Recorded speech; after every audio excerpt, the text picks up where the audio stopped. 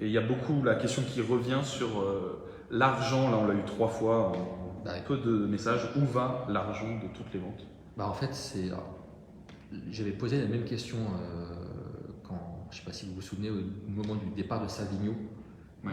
qui était donc Parti vendu à pour Manchester Manchester City. City, donc avec une grosse rentrée d'argent pour les Stacks. Et à l'époque, on m'avait expliqué que à la DNCG, quand le club passe au mois de mai en DNCG, il donne une dépense transfert à venir, une enveloppe de masse salariale, et qu'ensuite, ils ne peuvent pas trop déroger à ça. Et visiblement, alors, selon ce qu'on dit et ce qu'on perçoit des non-transferts, des non-mouvements sur cette fin de mercato, j'ai l'impression que les Stacks étaient très mesurée, très prudente sur ses rapports de DNCG, sur ses projections DNCG en masse salariale et en dépenses transfert.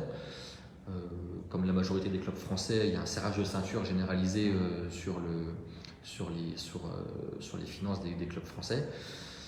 Voilà, les stats, forcément, quand on voit les ventes, on se dit cet argent, il va où? Est-ce qu'on ne peut pas le réinvestir? Alors, après, on parle aussi du centre d'entraînement qui coûte de l'argent. Citigroup, le chiffre qui circule un petit peu, ça serait 100 millions d'euros investis dans les stades depuis la prise de pouvoir du Citigroup il y a 5 ans. Ça fait 5 ans d'ailleurs en septembre que le Citigroup a pris les stades. Donc, c'est 100 millions d'euros donc investis, qui à un moment donné il y a un retour sur investissement. Et donc, je viens de le dire, un serrage de ceinture qui avait même été amorcé sur le plan administratif. Cet été, il y a eu des départs dans les bureaux de l'Estac.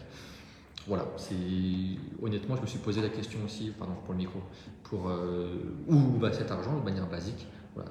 Pour redire ce qu'on m'a dit à l'époque de Savigno, ce qui me revient en tête, c'était ce côté on fait des projections pour la DNCG en mai, et l'argent peut-être qu'on récolte par la suite sur les transferts, peut-être qu'on peut le réinjecter soit l'hiver, soit dans un an.